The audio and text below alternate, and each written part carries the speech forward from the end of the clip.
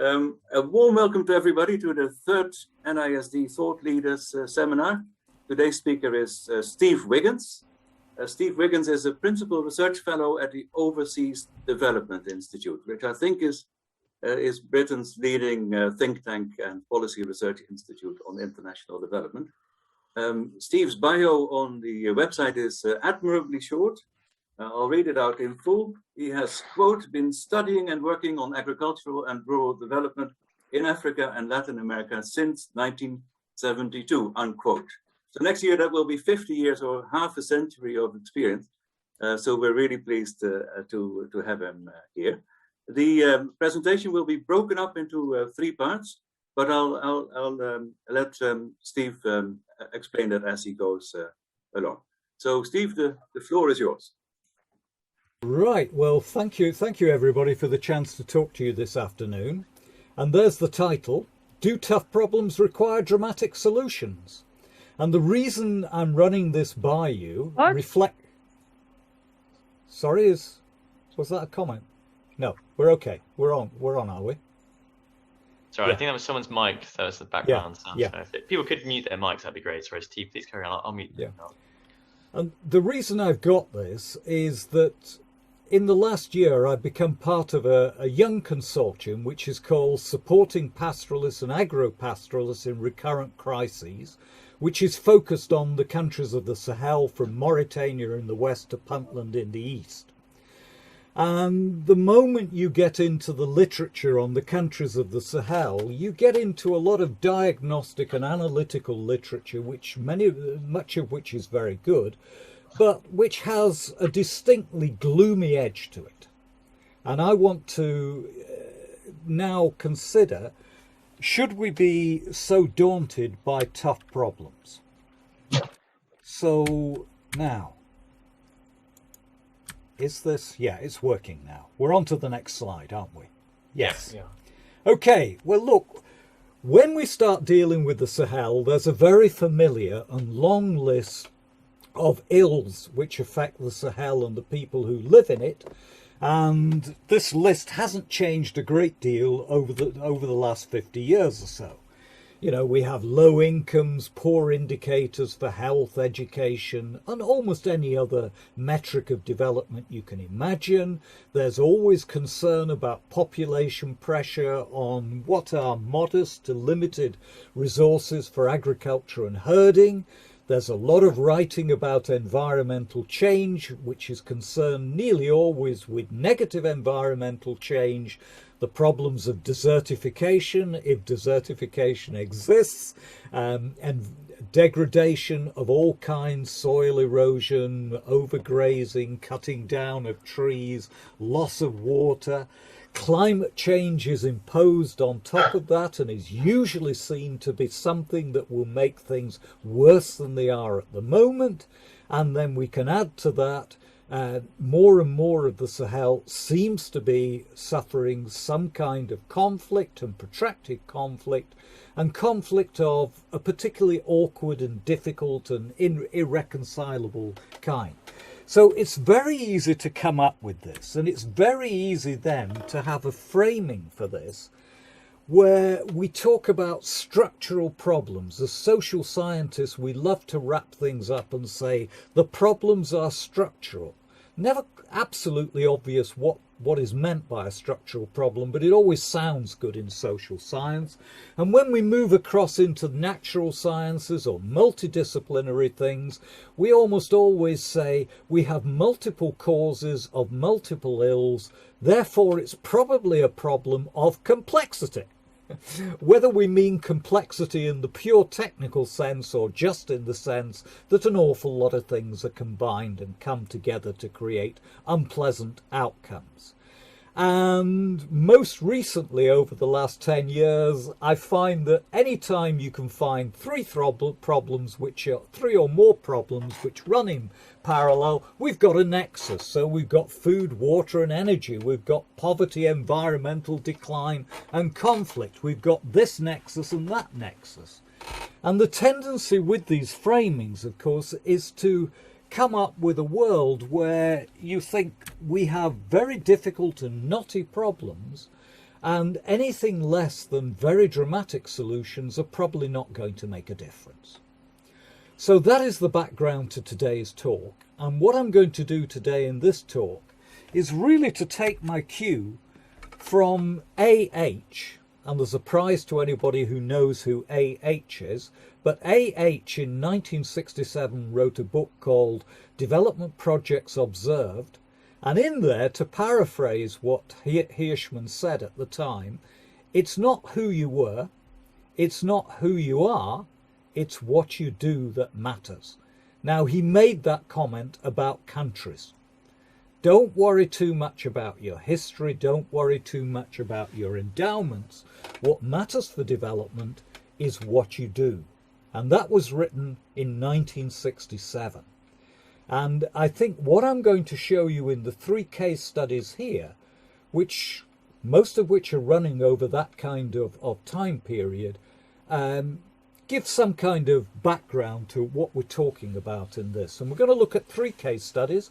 We're going to look at dealing with deep rural poverty in southern Peru. We're going to deal with women's empowerment, the empowerment of rural women, and we're going to talk about agricultural development in Southeast Asia. So here's the first of our cases, and that is the deep rural poverty of the Sierra Sur, the southern highlands of Peru. And that's what it looks like. These are the Andes, and they are big mountains, and people make their livelihoods in various forms of land use on very steep slopes and a little bit of flat valley land.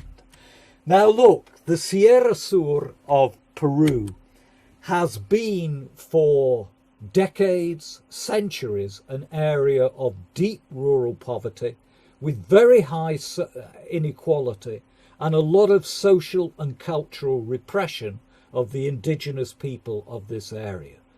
In Latin America, it has been the most miserable part of Latin America for a long, long time, and one of the deepest pockets of poverty anywhere in the global south.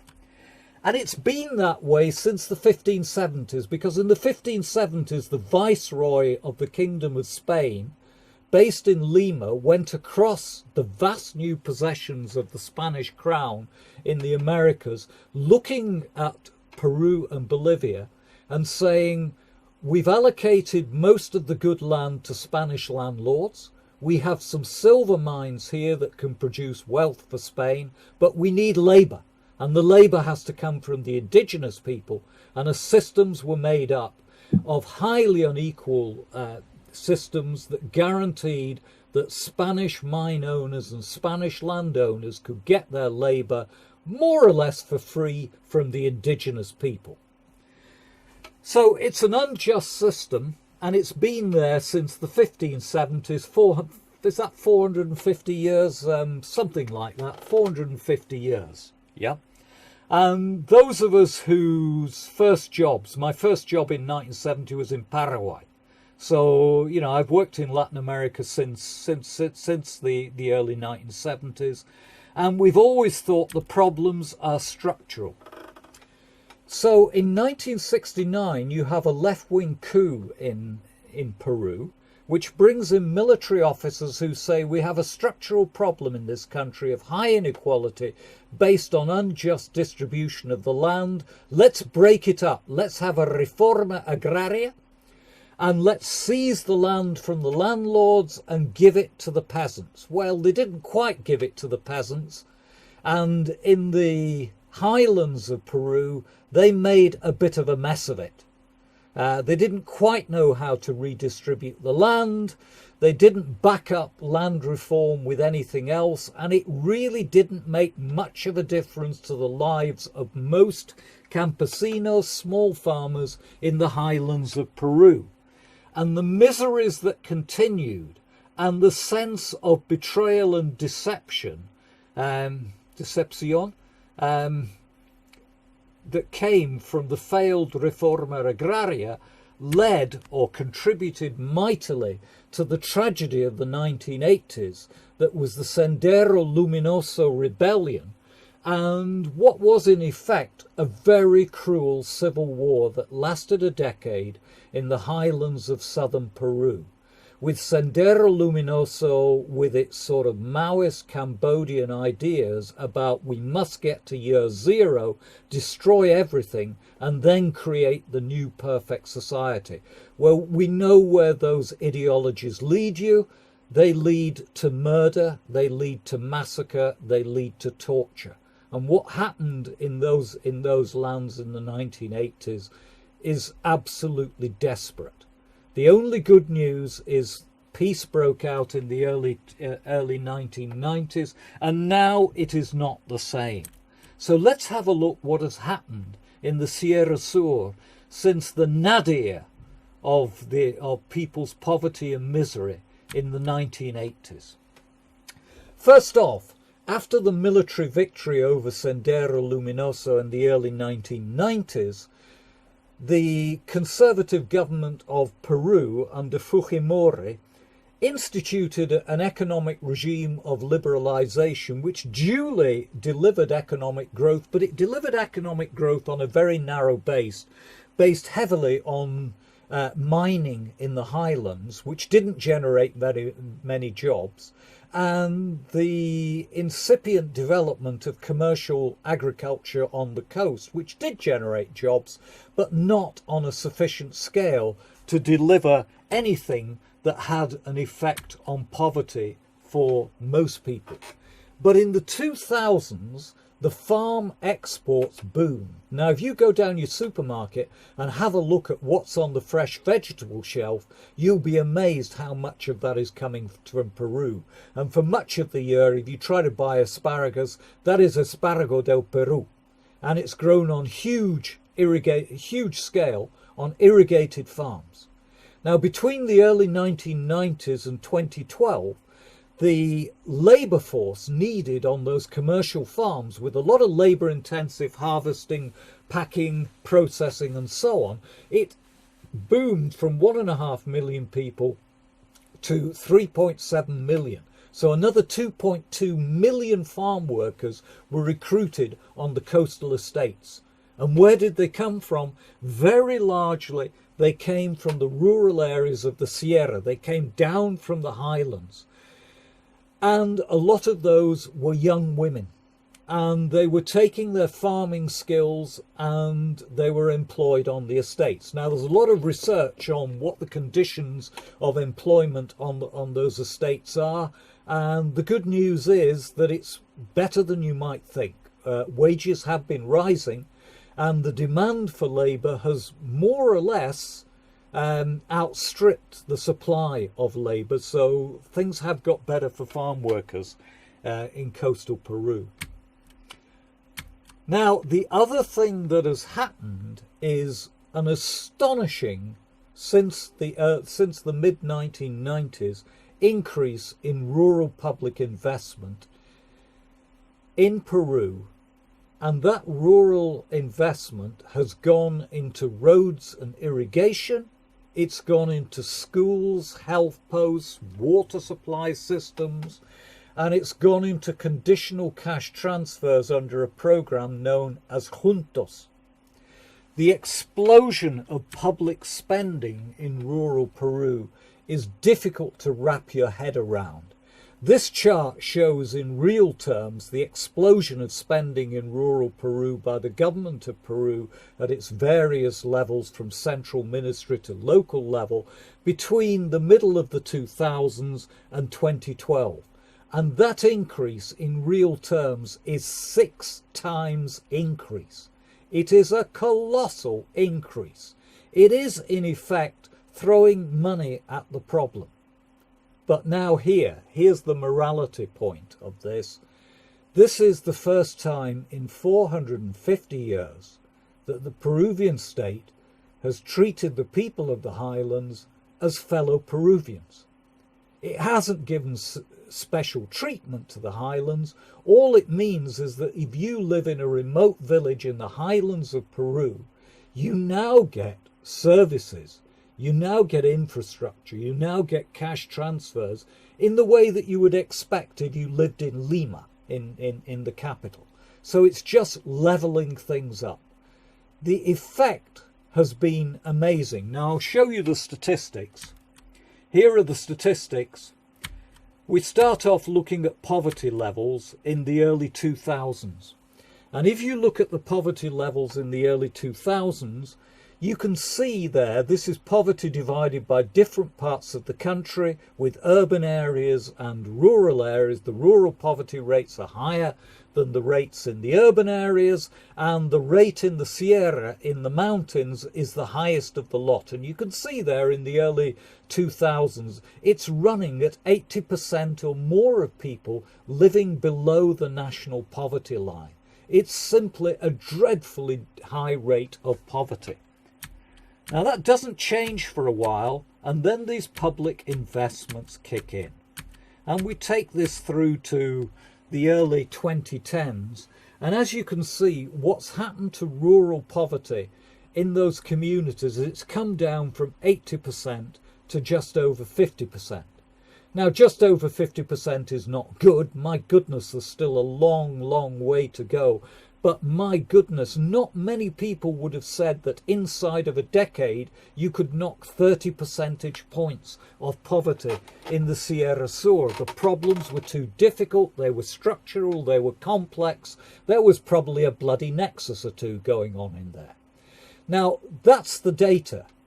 I just wish I could take you to one of the communities that I've visited in the Sierra Sur, a place really off the beaten track where it's 4 hours drive from the nearest market town, up and down on dirt tracks, but you can get there.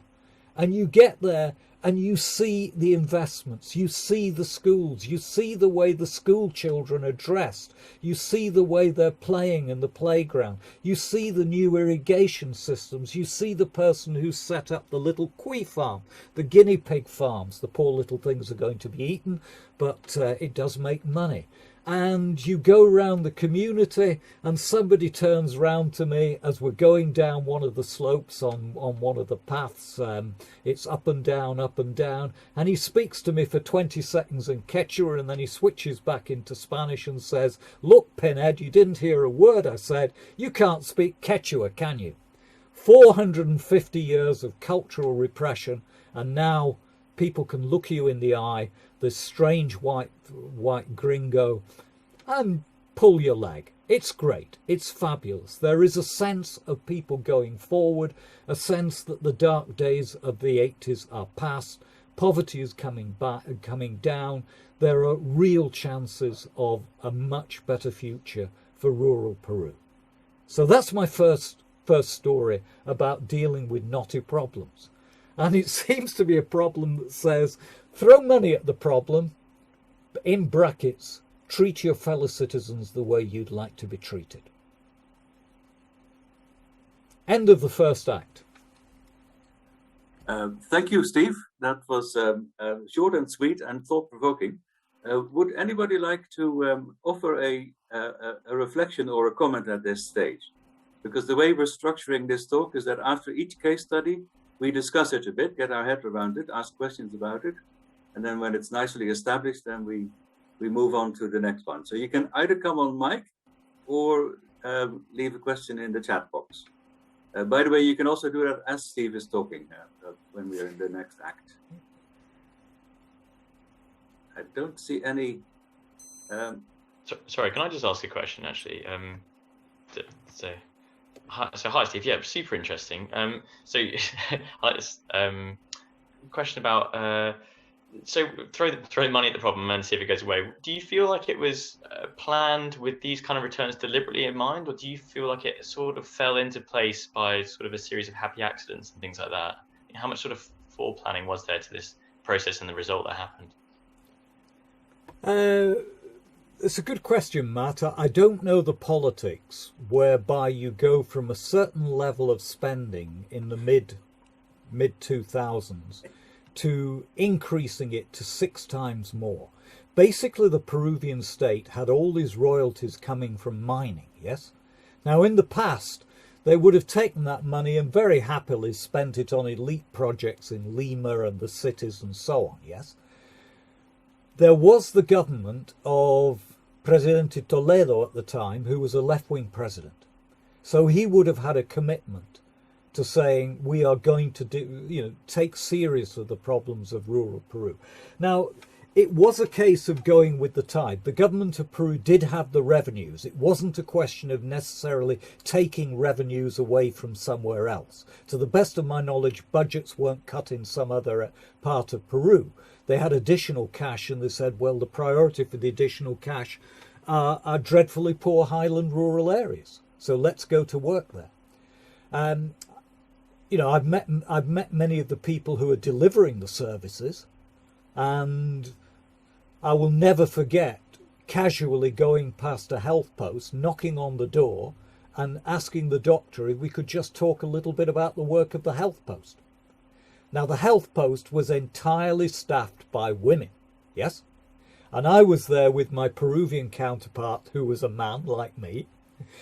And we eventually got to talk to the doctor, and she was very serious. The health post looked bloody brilliant. And we asked a question, and the doctor said, "Drrr, drrr, drrr. Have I answered your question?"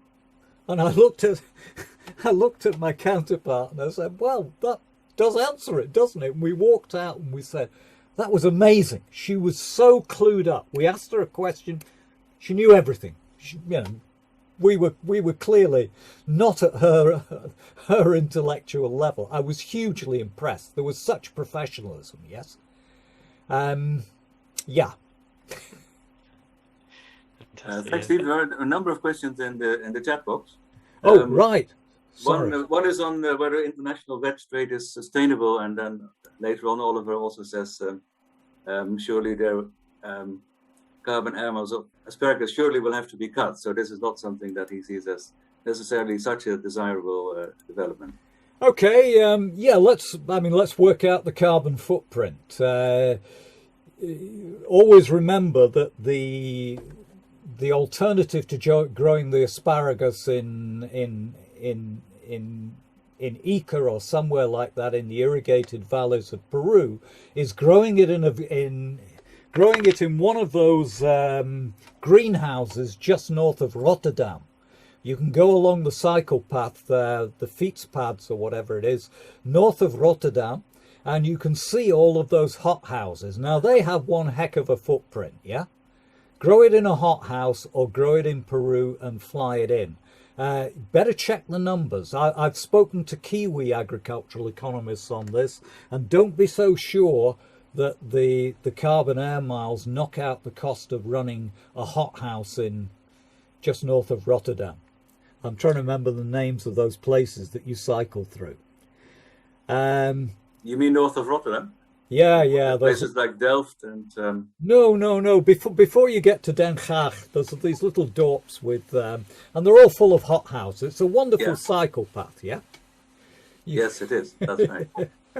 And then there are lots of other questions. So Rob asks indignantly, structural problems. No RCT. How are we identifying the cause of those nice downsloping? I'm pretty sure there are people doing RCTs. There are people running the rule over juntos. Does juntos make a difference? The conditional cash transfers, and I think they get. To the best of my knowledge, the literature says yes, it does make a difference. Is this not structural problems? Well, if you believe public spending is structural, yeah, absolutely. To what extent are the figures skewed by the role played by rural excess? Yeah, migration matters. Migration matters. I deal in agriculture and rural development, but I don't believe that people should be forced to live in rural areas, trapped on farms and so on. If people want to come and join me living in Reading, fine. I think migration is, time and again, a pretty good thing. And we're going to come again to migration later in this talk. On what basis is poverty seen? Well, it's a national poverty line, and it's household surveys that try to estimate people's income and compare it to a national poverty line on a basket of goods, yes? How is trade organised so that small-scale farmers do not lose out to middlemen? Good question.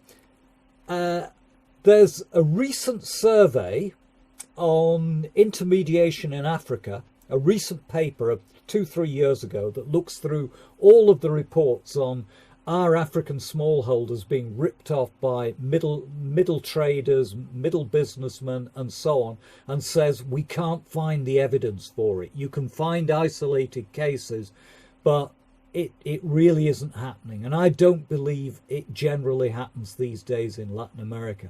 There are big markets in the cities. The traders want to get the produce from the farmers. It simply doesn't pay you to rip people off.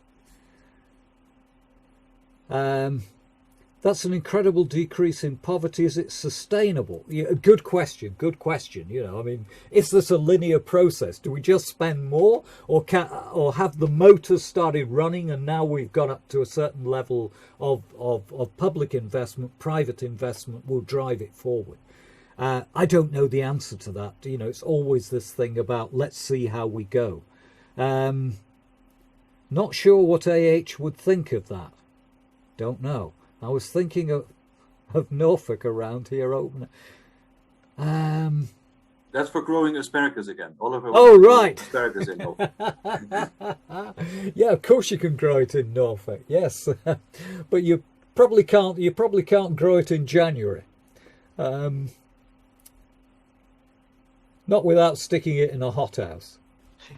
Steve, I reckon we've got time for maybe one more question at this part here. Yeah, I'm assuming we'll do about a little 10-minute break, so I reckon we've got time for one more, maybe two. No, they're all good questions. I mean, as you can see, the story is incomplete. There's always extra questions to ask.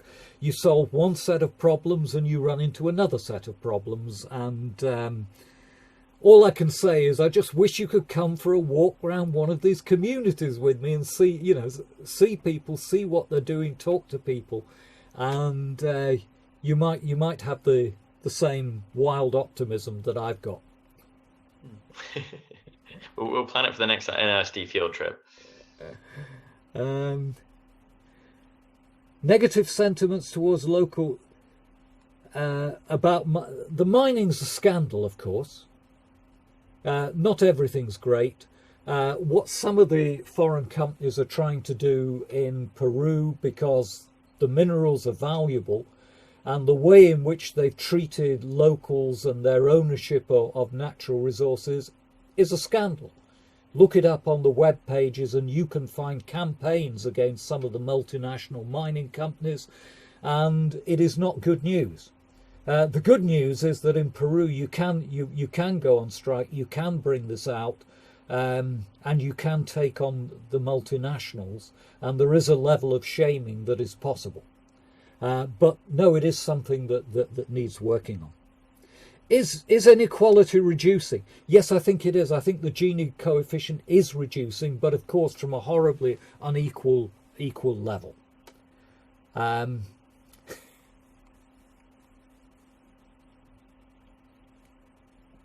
Great. Shall we move to the next act? Yeah.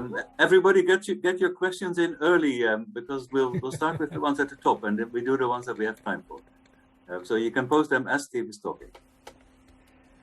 Okay, so the next act is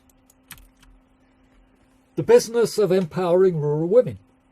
Now, we know that one of the great challenges of the 21st century, probably second only to dealing with climate change, is getting gender equality from a situation where across urban and rural areas, particularly in rural areas, women are disempowered. They're second-class citizens in far too many cases. We were asked by the Gates Foundation, we at ODI, or better said myself and Louise Fox, to write an essay on what agriculture could do for empowering rural women. And this gave us a chance to look at stories over the medium to long term about what had changed in rural women's lives, looking at, amongst other countries, Thailand and Peru. And this is what we found we thought was making a difference to rural women. Now, here's the first story from Thailand. It does help if you've got economic growth. Economic growth can help empower rural women. And that growth in Thailand has been agricultural, it's been industrial, and it's been urban. Now, what you're looking at there on that graph there is the income per capita in real terms in Thailand from the early 1960s to the mid 2010s. And as you can see, it goes from under $1,000 per person per year up to $6,000 or so dollars. There has been a huge increase in wealth per person in Thailand created over the last 50 or 60 years. And that has come from the extensive development of Thailand's agricultural resources, making use of abundant land. It's come from export assembly plant, making use of abundant labour. And there have been a couple of contextual things which have helped Thailand's development no end. One is that in the 1970s, America, engaged in the Vietnam War, poured money into rural Thailand, building rural roads to make sure that military could get to any corner of Thailand very quickly indeed, and to try and promote rural development to offset any potential communist rebellion in Thailand. Thailand was seen as the next domino of Southeast Asia. Americans were terrified of what might happen. And it helps if you've got really good traders. So somebody asked about intermediaries who can spot an export opportunity for local farmers and link them up to those global supply chains. That really makes a difference. So we've had tremendous economic growth and we've had a lot of migration. So look, if you really want to defeat rural poverty, let's get real about this. People will want to leave rural areas, and there is nothing wrong about people leaving rural areas. Men have left rural Thailand to go work on construction sites and that. Young women have left villages in Thailand and they've gone to work in domestic services, they've gone to work in retailing, and they've gone to work in the assembly plants. These are not necessarily great jobs, but compare that to standing up to your knees in a muddy paddy field transplanting rice with a much lower return than you get in a factory. So we've had migration, we've had that. Now, if women are going to take up the better paid opportunities, then they have to be better educated and they have to be in better health. So this shows the rise of schooling in Thailand.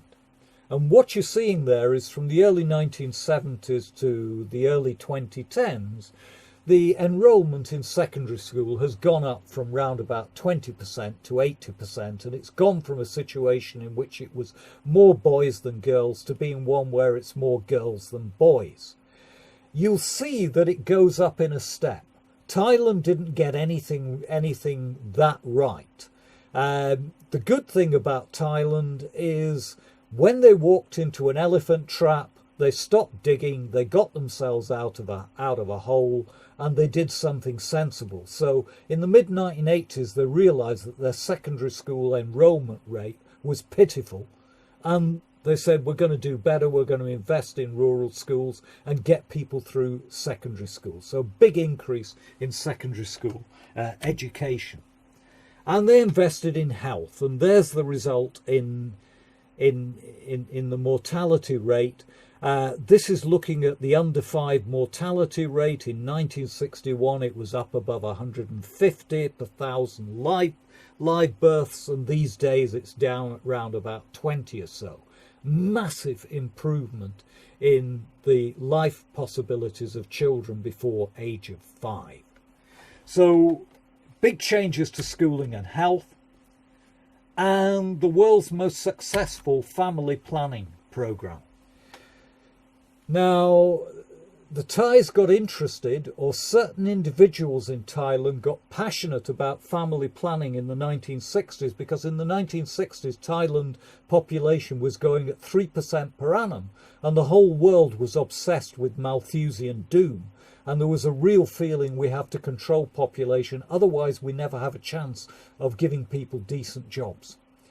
By the year 1970, after various experiments, Thailand produced probably the best rural family planning program anywhere in the world. And why is it the best rural family planning program anywhere in the world?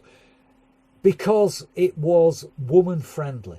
And instead of insisting that women who wanted family planning services had to go to a clinic, probably in a town, where they would meet men dressed in white coats, they got a doorstep service with paramedics who were fellow women villagers who would talk woman to woman and say, look, if you're interested in not having another child every single year and you'd like to have fewer, talk to me about it and we can work out a way to do this.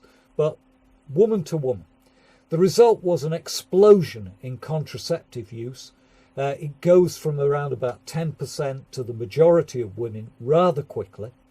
By 2012, it's 80% of rural women are taking advantage of modern contraception, and the fertility rate plummets.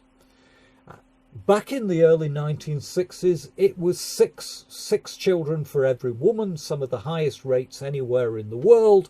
By the time you get to 1991, it's almost down to 2 per woman. And in rural areas today, it's round about 2.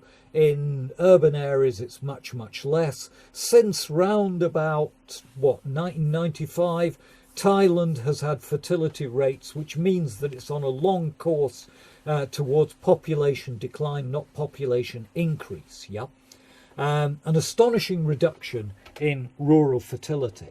Now, look, what does all that do for outcomes? Well, the agricultural growth leads to the growth of the rural non-farm economy. There are many more opportunities being created in rural areas, which women are able to take up. The farm exports inject wealth into the rural economy. Now, the combination of a growing economy, both urban and rural non-farm, means that round about 1990, this combines with falling fertility and falling population increase, and the labour market notably tightens. And from that moment onwards, real wages in Thailand are on the way up, and they're on the way up quite sharply from the early 1990s. Throughout Asia, you can identify this turning point when the labour market suddenly tightens, and it's critical for outcomes for everybody in these societies. The Gini index has fallen, inequality has fallen, rural poverty has fallen, and this is what it does to rural wages. These are the wages of women in the early 1990s, at the turn of the century, and the mid to late noughties. I wish I could extend this, but what you can see there is women's wages have gone up, and they've gone up quite appreciably in real terms, and women's outcomes are a lot better. So that's the story from Thailand. Go through the roster of development interventions, make sure that it's gender neutral, that girls get to school and so on, and see what happens. Now let's just talk a little bit about what has happened in Peru. And what has happened for rural women in Peru is, the simple story is a 2-part story.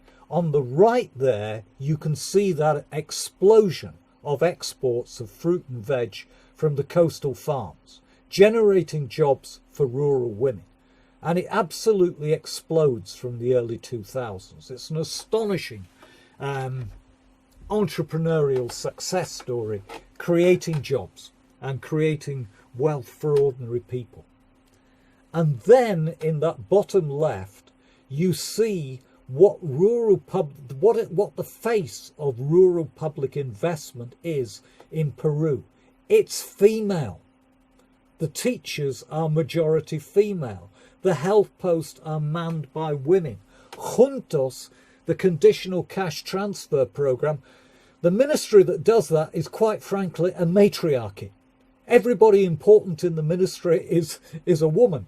When you meet a man in that ministry, he's probably the person who's doing the cleaning or the office messenger or something. And that particular ministry is fabulous. And all the way down to the grassroots, it's women carrying it out. Now, what does that do? Look, we have the story from this from the Young Lives project, the one that was run from Oxford. And Peru was one of their case studies. Now, Peru has had rural secondary schooling since the 1960s, but most campesino men would not send their daughters to a secondary school because they'd say, ¿Para qué? Se va a casar. ¿Para qué se vaya a la escuela? Pierde tiempo, no? Just a waste of time to send our girls to school. And then from the mid-2000s, they had a look at what was happening in the villages. And there it was. Mire, la señorita allá, que está trabajando conjuntos.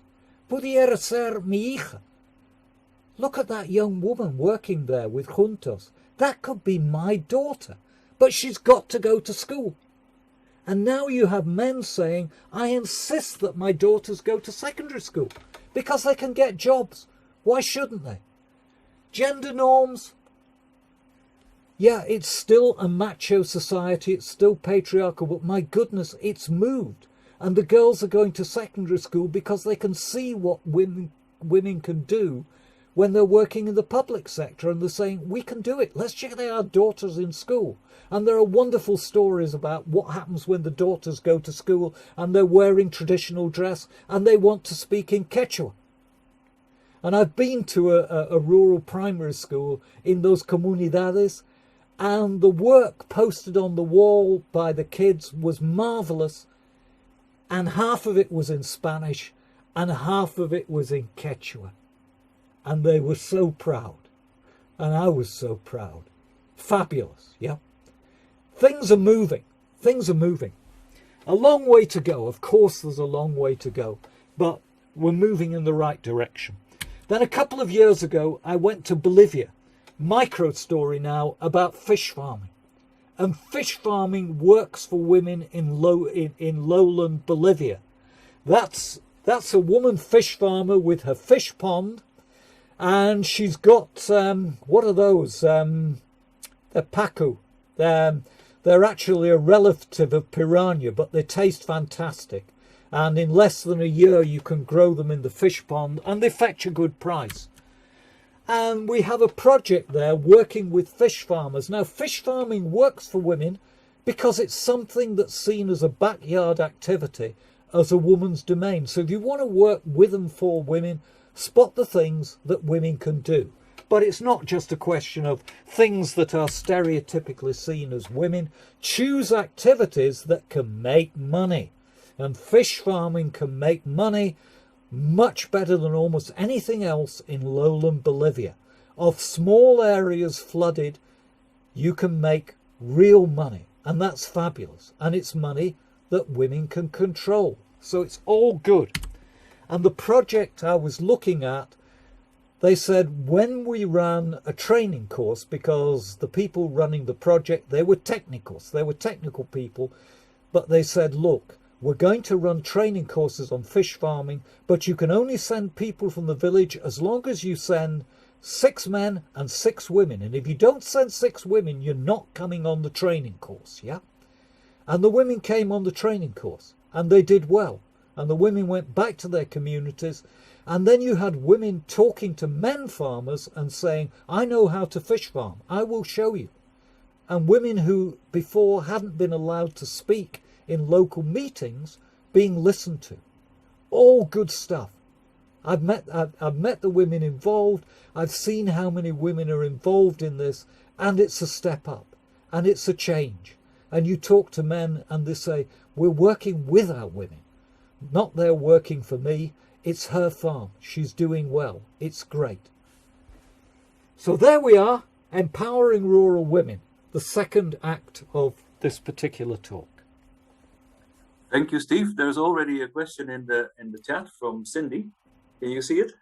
Yeah. I think in all of these cases, the ones I know, certainly in Peru and Bolivia where I've been, people say it is changing, and the men will tell you, and the men have to make a joke about it, yes? The men can't sort of say we were evil patriarchs and now we're treating our women better. There are always jokes about this. But the men admit, that the world has changed, that their daughters, their wives are in a different situation to a generation ago. I've seen this in Nepal, by the way. Oh my goodness, rural Nepal, what you hear from women in a Nepalese village, it's very moving. It's changed so much over the last generation. The young women have so many more opportunities. How do outcomes for women compare with those of men in Thailand?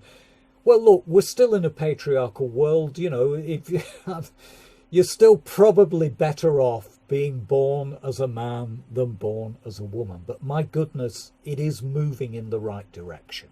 Yeah. Steve, there's a question from Surma above Nityas. Oh, right. Yeah, sorry. What have we got here?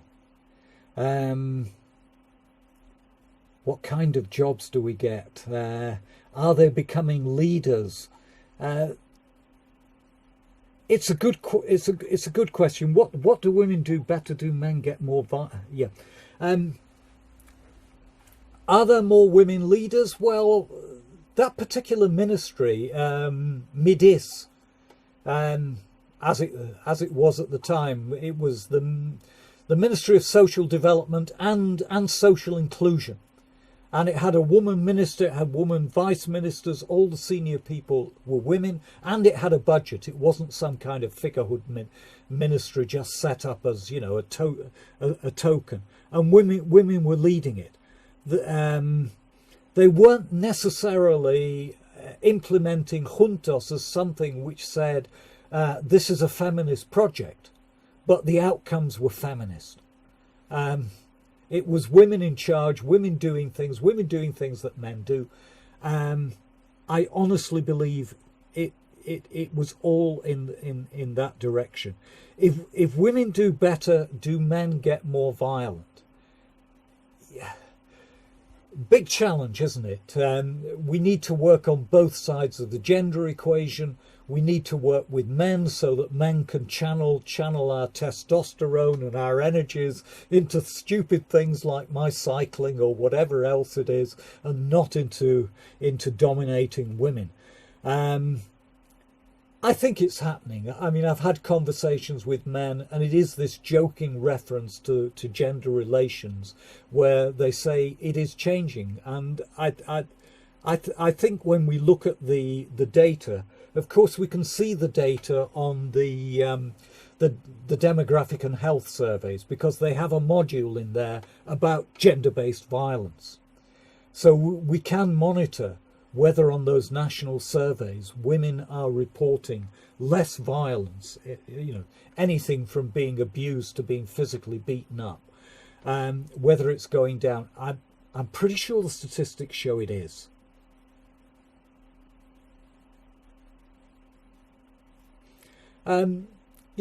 What's changing here? My story here is really a story to men, and men who work on agricultural development, because that's the world I understand, because I'm a man working on agricultural and rural development. And what it says is, although gender studies, of course, is a very sophisticated area indeed, and we don't want to be superficial in it, don't ever give men the let-off that says that if you haven't done a sophisticated gender analysis, you can't run a project, you can't run a program, you can't run policies that are women-friendly. Just be sensible about this. Look for activities that women can do. You don't need deep analysis. Just look at it from a woman's point of view. Talk to women about what they can do. Then don't direct women into dead-end jobs where you've got women make things that no man would do because it's got a pathetic return. Get them into fish farming where there's real money, yeah? And then when it comes to training, when it comes to credit, when it comes to opportunities, do it equally. You don't necessarily have to favour women, but make it 50-50 and mandatory, yeah? That we have equal quotas. And I tell you, when I was looking at fish farming in Bolivia, I went up the value chain and I went to somebody who was producing fish meal, a small family enterprise making fish meal for the fish farmers. Who was I talking to as the owner of the enterprise? It was a woman. And I went to another fish mill and it was owned by a woman's cooperative. And I went to a bank that was offering money for women. And guess what the bank manager was? It was a woman. Yeah. So it's just about, you know, it's not about doing anything particularly sophisticated. It's just getting into a world of equality. And so I'd say to my fellow agricultural development people, don't shy away from this. You know, just think sensibly, equally, and a difference can be made. I wonder if we could ask Rob Brown to come on mic, because I think he has quite a fundamental question about whether you're perhaps cherry picking examples, and then because what tends to be common about things in good situations is that things are good there.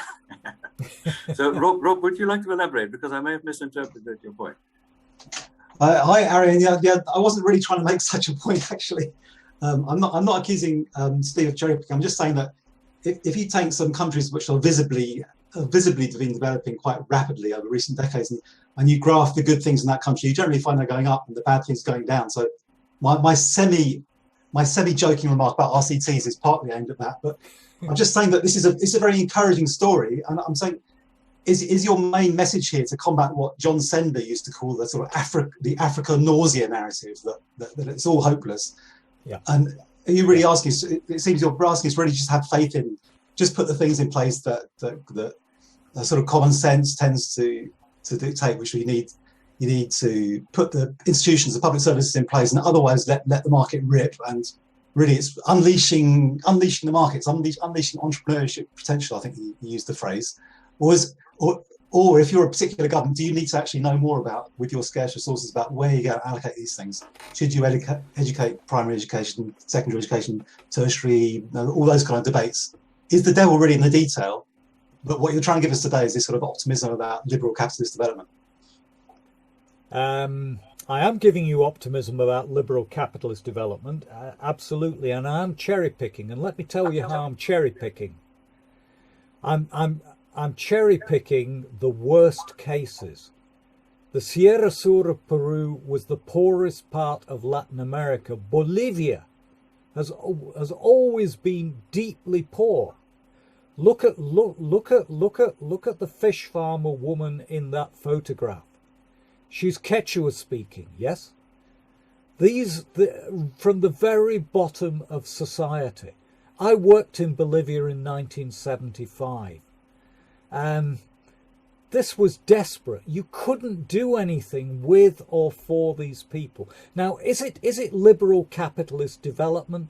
Yes, it is, but it's also state investment, and it's state investment in schools, health, roads. It's all there. You can't do the fish farming without a decent road. And I tell you, in one of the fish farming communities, I went in and said I had never seen a more prosperous village in all of my life than in that part of lowland Bolivia. And I'd been in that part of lowland Bolivia in 1976, almost 40 years earlier, and you couldn't get in there. It was era selva, it was selva. You were walking along jungle trails, yeah? And people were living in straw huts and so on. And now people are living in brick houses, with many of them with a satellite, many of them with a four-wheel vehicle, all of them with electricity. I was gobsmacked when I saw the conditions under which people were living in a fish farming village. It was transformational. It was everything I ever dreamed of when I worked in Bolivia in 1975. It can happen, eh? I suspect we better go on to Act Yeah. 3. Because I was there just are about to say, still quite a few questions, but I don't want to miss the last part. Roads, not revolution. Yes. Oh, and there's a very good one from Ricardo about what happens when su hombre regresa. I know in some communities in Mexico. Ricardo, eres mexicano? Is Ricardo? Yes, I am. Right, right. Oh my goodness. Let me try and answer that question in an email, because I did a lot of work in Mexican villages in the 1990s. Okay, And great. Veracruz y en el Estado de Mexico. Yeah, it's a really good question. It's a really good question. Onwards, third chapter. Thanks. Now, the third chapter is I just want to talk about agricultural growth in Southeast Asia. And I want to talk about it within the context of Asia in the 1960s. When I was in secondary school in the late 1960s, everybody knew that Asia was doomed. That gentleman there is Thomas Robert Malthus, who wrote an essay in 1798 or thereabouts, where he predicted always that population growth would outgrow the supply of food and people would be pushed back into misery. Now, Malthus has been proved wrong for the last 200 years, and I imagine if the Reverend Malthus was with us today, he'd be delighted to be proved wrong. He wasn't an uncharitable man, but he had a particular vision of what could happen. But in the late 1960s, books like this were produced. Gunnar Myrdal, Ancient Drama, which was a carefully calibrated book, but it wasn't optimistic about the prospects of Asia. And then you had people like Paul Ehrlich, who's been wrong for at least 50 years and is still with us, and always been wrong, the population bomb, that we will multiply ourselves into nothing. And then the really crazy guys in there, if we can get it, what's happened to my fourth thingy on this? There it is, Famine 1975. William and Paul Paddock, America's Decision, Who Will Survive? And they argued that America shouldn't send any aid to India because India was a lost cause. It was going to experience biblical famine.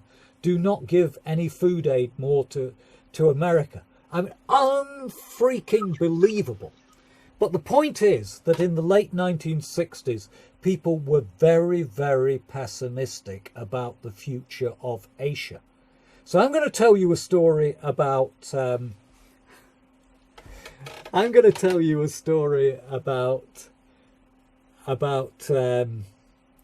I'm reading the thing about Santa Cruz.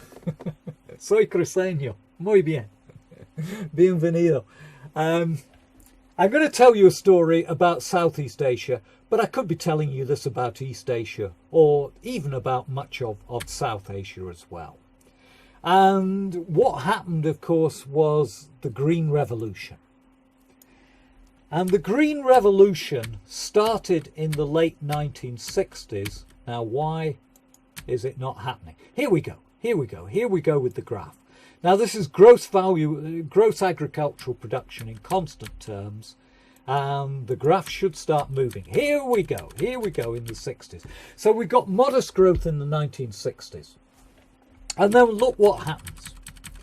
Now, in the 1970s and 80s, we get the high-yielding varieties of rice and wheat and to some extent maize, and we get the classic green revolution of the cereals. But the green revolution never stopped, because it was followed by the white revolution of dairying, the light blue revolution of aquaculture, shrimps, fish farming and the like, the lime green revolution of the fruit and vegetables, the pink revolution of the chickens, and so on and so forth.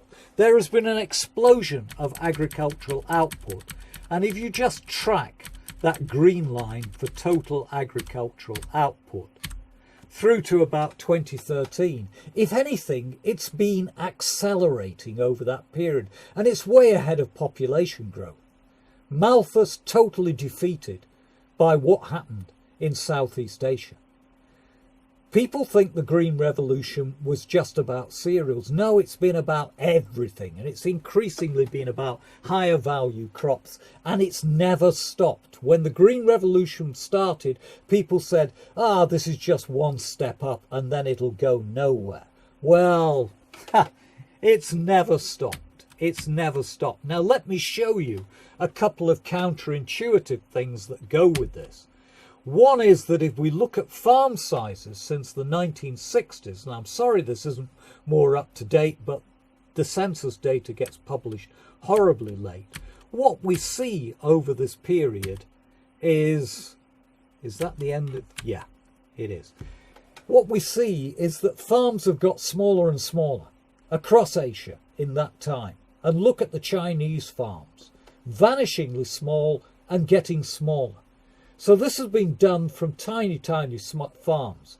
I spend a lot of time in forums discussing the future of sub-Saharan Africa, and people say, until we get Brazilian-style medium to large-scale farms, we can't progress in Africa. Well, look at the case of China. My goodness, look at Vietnam. Look at, even in Thailand, the farms are really small on average, 2-3 hectares. So the farms have been getting smaller. And then let me show you something else. Most farms have become part-time. Yeah?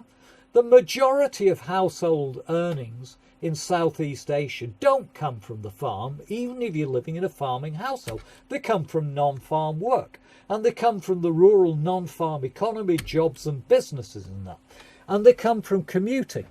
So there's the bus. This is Maharashtra, not Southeast Asia, but this is Maharashtra, the state bus. In the late 1990s, ODI did livelihoods work in Madhya Pradesh and Andhra Pradesh, as were at the time. And one of the most dramatic stories, this was a project led by an agricultural economist, John Farrington, and we were looking for agricultural progress. And the biggest single thing that changed lives in one of the villages we were studying was the arrival of a bus service. Because the moment the bus came into the village, at 6 o'clock in the morning, there were 30 or 40 people queued up at the bus stop. They jumped into the bus, they went to the local rural market town, they were back again at 6 o'clock, and they earned a heck of a lot more in the local market town than they could ever get working in the dryland agriculture fields. The bus was transformational. Those of you who know buses in any part of Asia, look what the local bus does in rural areas. It is amazing. Nepal is the best country to look at rural buses. They are fabulous. They make a difference. And of course, migration. Now look here at Vietnamese farm incomes. As late as 2002 in Vietnam, the majority of farm incomes were coming from the agriculture. Almost 50% of farm incomes from agriculture, and rural household wage income less than 10%. By the time you get to 2016 on the rural surveys in Vietnam, it's the other way round. The majority of income coming into those farms is coming from off the farm. Now, what does this mean? That this remarkable agricultural development has come from small farms, and it's come from part-time farmers, because only a few people inside of the household are working anything like full-time on the farm. And yet we've got this remarkable increase in agricultural produce. How the heck is it happening? What is it that seems to make a difference? So if you look at the micro studies from Southeast Asia, what you seem to be getting for rural progress is it's a story about the urban markets, the success of industrialization, creating the markets. It's about the roads that connect the farmers to market, and it's about the private traders. And what you get out of Vietnam is you get wonderful stories about traders not exploiting farmers, where you get stories where, 10, 15 years ago, traders bought from farmers. Then traders had to offer fertilizer to farmers to get their trade. And then they had to offer credit for school fees and you name it to get the supplies from the farmers. So in other words, a market in which the traders could make enough money in the urban markets that they were outbidding each other in services and additional favours to farmers in order to get the supplies that allowed them to make business out of it. So very much a private sector success story. And what you don't read about quite so much is technical change. The technical change is there, but it's not necessarily leading the accounts that I read. And the position of policy is ambiguous. It's not that policy doesn't matter, but it's not that you're seeing in the accounts in Southeast Asia of a government coming up with a brilliant solution to agricultural development that's nowhere else been seen in the world. They're not doing anything where you say, there it is, there's the magic trick. No, they're doing sensible things. Very much like Peru, they're investing in rural public goods and keeping a stable macroeconomy and letting people get on with life. And almost absent from the picture is what Joe Studwell famously wrote about in his book about Asia, but he was writing about the 50s and 60s and the importance of land reforms. And over the last 30 or 40 years, when you look at the Southeast Asian, there are no major structural changes there. But there is something that goes on structurally in Southeast Asia, which is really, really important.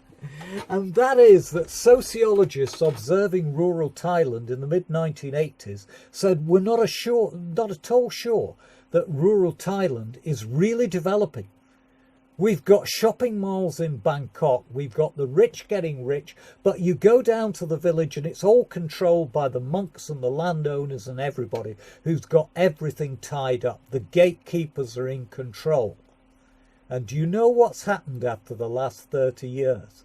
Those rural sociologists, they were looking stage left and all the action was stage right. Because stage right was kids going to secondary school. It was the rural non-farm economy. It was the migration. Who cares if you've got access to rice land? Rice land is about as important today in rural Thailand as it is to me. I'm landless. Pity me, I am landless. It doesn't harm me.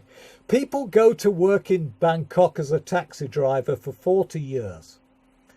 And Jonathan Rigg asked them, what are you? Stupid question, I'm a taxi driver. No, it's a good question. I am a rice farmer, sir. That's the answer. And they go back to the village to farm their rice as an old age pension job, yeah? And the channels of development have gone round the back of the structural obstacles of the way that the monks and the landowners had got the village society stitched up. They were bypassed. That's irrelevant. It's tradition. It's a footnote. People have gone forward. So that's my second story.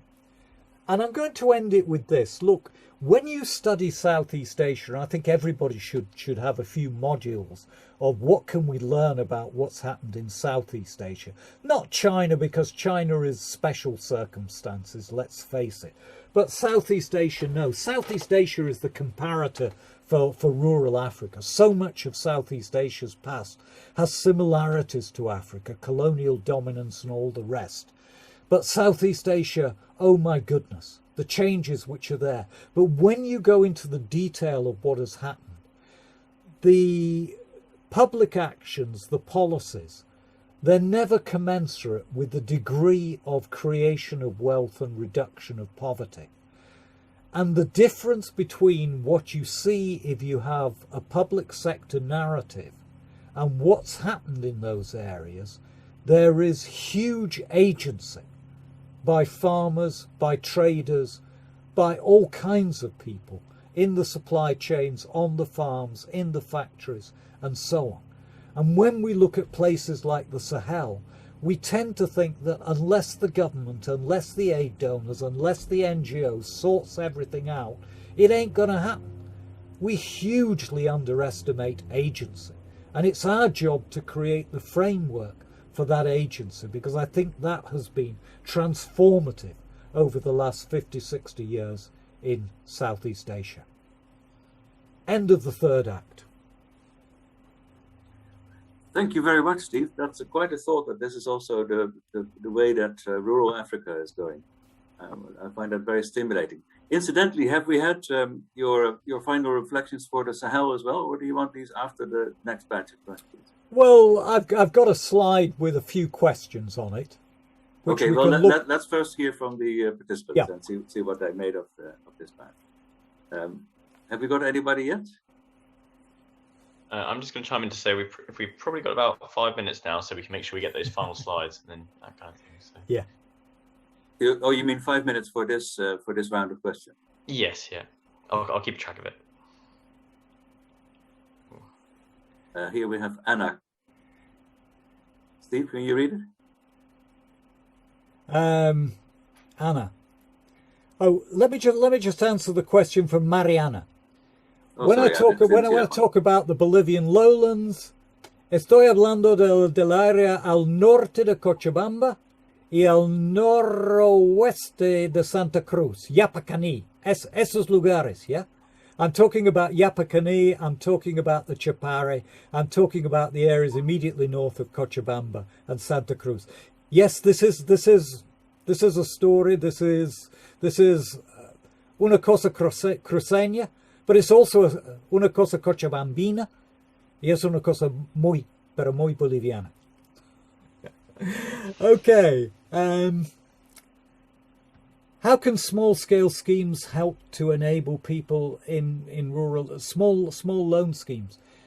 Yeah, if we get the frameworks in, if the public sector does the things it should do, the rural public goods, a decent, stable macroeconomy, yeah, let's see what we can do for rural finances, although getting good rural financial systems has proved extremely challenging. You know, 30 years ago, when Grameen Bank seemed to have produced a model that perhaps could be spread in other places, we found it's not quite as replicable as we'd ever hoped. But yes, let's work on rural financial systems. I've got a project right now, which we're about to begin in Africa, which is reviewing what progress we've got on small-scale financial systems in rural areas. Are we making progress? It's a good question. It's an important topic. Are rural Africa communities making this much progress? I think so. I honestly think so. Look, before lockdown, I was in Ghana. I was in western north region of Ghana, 8 hours drive from Accra, in the forest next to the frontier with Côte d'Ivoire. And I was in a small village centre called Diobosso. If you're Ghanaian, you'll probably know where it is. Look, when you see the amount of activity in some rural centres today in rural Africa, I just couldn't believe it. It reminded me of Asia from the 1980s. People running around because they got things to run around to do. The level of activity. It's totally different to the Africa I knew when I arrived in Kenya in 1980. I honestly believe Africa's on the move. I can quote you some texts. I can give you some articles to read. I think things are moving. There's a long way to go, but I honestly think things are changing really importantly.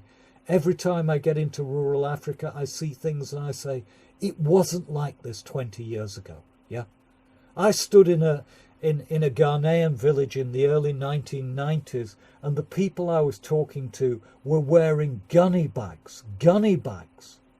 Yeah, that's how poor people were. People are not wearing gunny bags in Ghanaian villages anymore. Yes, it's second-hand t-shirts, but it's not gunny bags, for heaven's sake.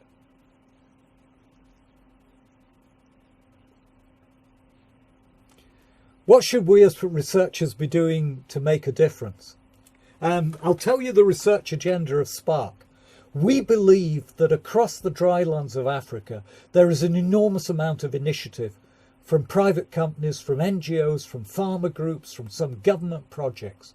And we believe that so many of these initiatives are not evaluated. And we believe that some of them are making a difference and there are lessons to be learned for other places. And we won't get at these lessons by running RCTs because we don't have the money to run RCTs and it's not ethical in many cases. What we believe is an intermediate level of evaluation, find out what's working, codify what's working, understand why it works, under what conditions, and get the message out. I honestly believe that the solutions are out there, and they're not coming from academics, they're coming from people who are living in those places, who are solving their own problems. And they just need a bit of sensible support from the outside, not outsiders coming in and saying, we will solve all of your problems. Outsiders who come in and say, can we work with you? Is there some support that we can give? I think it can be done. We've just done a study of sheep marketing chains, a very rapid study in Sudan of all places. And there are a lot of things going on with sheep marketing where you say, my goodness, these, they're doing it. We outsiders can put some savvy money at some points in the supply chains to help people to do things better. But never underestimate agency. Steve, with my timekeeper's watch on, Yeah. the last paper. Thank you, that was great. Do you want to see my last slide? 1 minute. Go for it. So the last slide just says this, the reflections are, are we cherry picking? Am I overlooking shortcomings? Yes, yes, yes. But I actually believe I've cherry picked cases where if you go back in time, you'll say you cherry picked the worst cases, the least promising. Is it sustained change? Well, as always, monitor, learn, and you're going to have to change things. Of course you are. But I also think we are getting sustained change.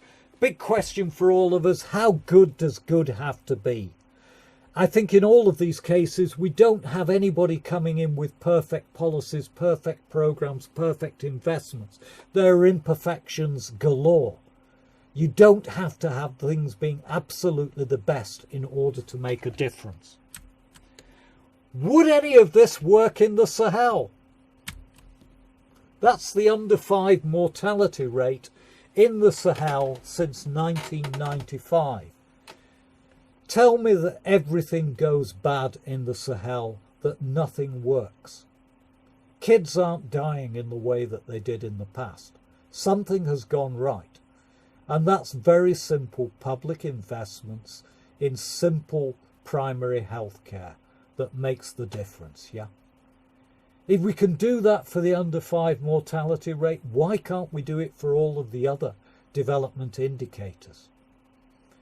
Just political will, just investment, just being sensible, just learning.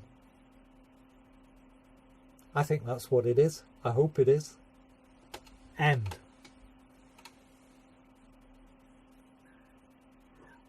Thanks, Steve. That was brilliant. We have about 10 minutes for the final questions. And there are some in the chat box already, I think. It starts with Adrian, with asparagus again, theme of the day. Going back to asparagus. More inputs, more transport, more water. Yeah, we can't underestimate this, but let me give you the good news on this. If you look at factor productivity in world agriculture, disaggregated even by regions, the increments to world agricultural production decade on decade over the last 50 years have come more and more from total factor productivity, not by putting more people to work, not by putting more land to work, yes? So efficiency is going up. And in the last 10, 20 years, world agricultural output is being driven mainly by advances in total factor productivity. Now look, there is a big challenge in agricultural development when you try to say, look, we've grown by mobilizing underused resources, and perhaps resources that we shouldn't have used, that we've overused. Chopping down forests is not a great thing to do, not at the state we're in at the moment.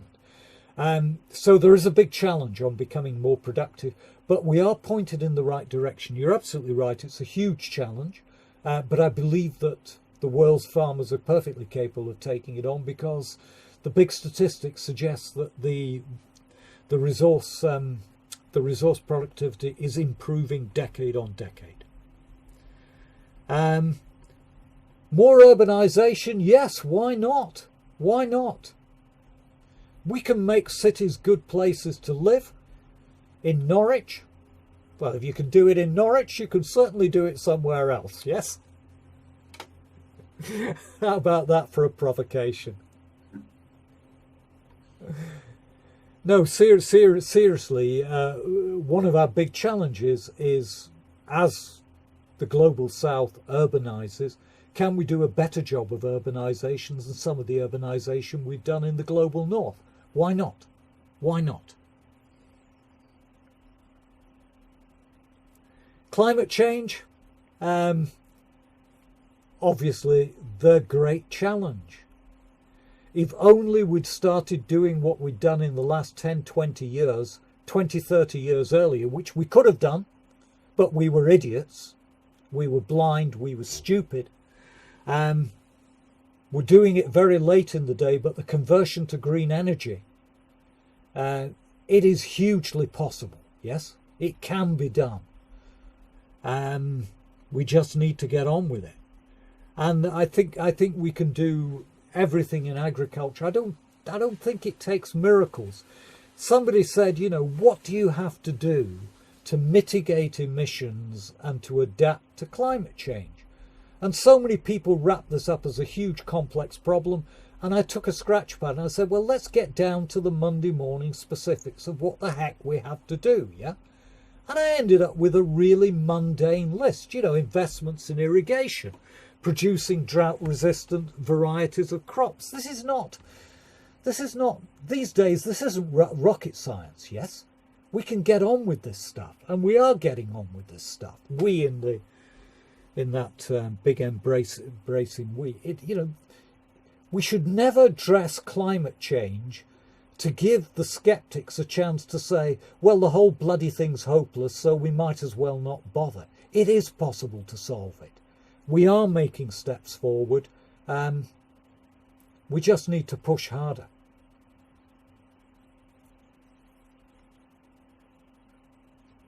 Will marginalised societies be more negatively affected than developed societies? Look. New energy, yes? Old energy was centralised. You needed a power plant. Well, what's going to happen in 10 years' time if you're in Duaboso in western North Ghana and you want to start a small-scale industrial workshop? You get your power from solar power, yeah? And it's local. It's under your own control. And what about manufacturing? How long before you get a workshop in Duaboso which has 3D printing, so it's localized and decentralized, and we start breaking up the attraction of big cities as the locus of economic activity? The internet gives us a chance to decentralize knowledge, technology. The new technologies of solar power, wind power give us decentralized energy. 3D printing and so on gives us the chance to do things localized.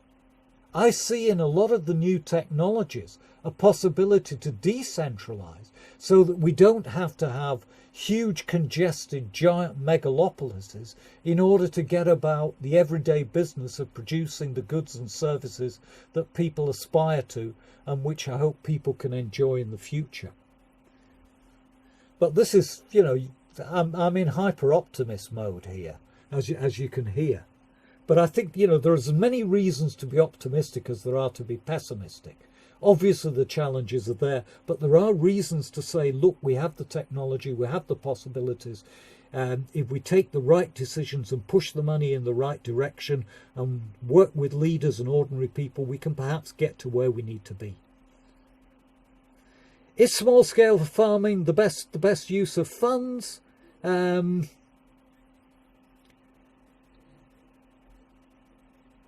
It's not a question of being the best. We walk on two legs. Yes, Southeast Asia is going forward because it's got agricultural development, it's got urban development, it's got manufacturing, it's got services, and it's got a bit of everything. It's firing on all cylinders.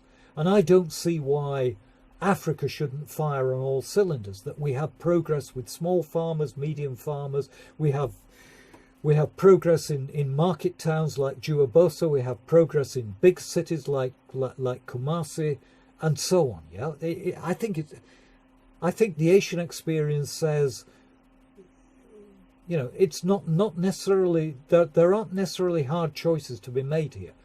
We need to be inclusive. We need to, everybody who's in the economy, we need to say how can we get the services to them, the finance to them, the technology to them, and let people make the lives that they want, whether they want to stay in villages, in small centres, or migrate to cities. Thank you very much, Steve. I think our time is up. This was enormously stimulating. It was certainly optimistic, but it was also well informed. So it was not wildly optimistic or blindly optimistic. I think there's a lot here that I want to hear again, and we have recorded it and we'll put it on our website. So I would encourage everybody who was interested to watch it again. Now I'm going to try to thank you by applauding, but I don't know where the applaud button is. Oh, here it is, clap. Yeah, so if there's many of you who can clap, will clap, all the able-bodied and so forth. Yeah, somehow I've managed to find it. And I'm sure that everybody is doing it again quietly. So thanks again. Thanks everybody also for attending. Yeah, and I hope you can come next week again. There's another NISD seminar. Steve's pal Dominic Glover will give that one. No, thanks for all the great comments and interesting questions in there, and particularly the local stuff. The big shout out to the Cruceños, the Mexicanos, and if anybody's from Ghana, a big shout out to Ghana as well. Excellent. Thanks everybody for coming, and until next week. Right. Cheers.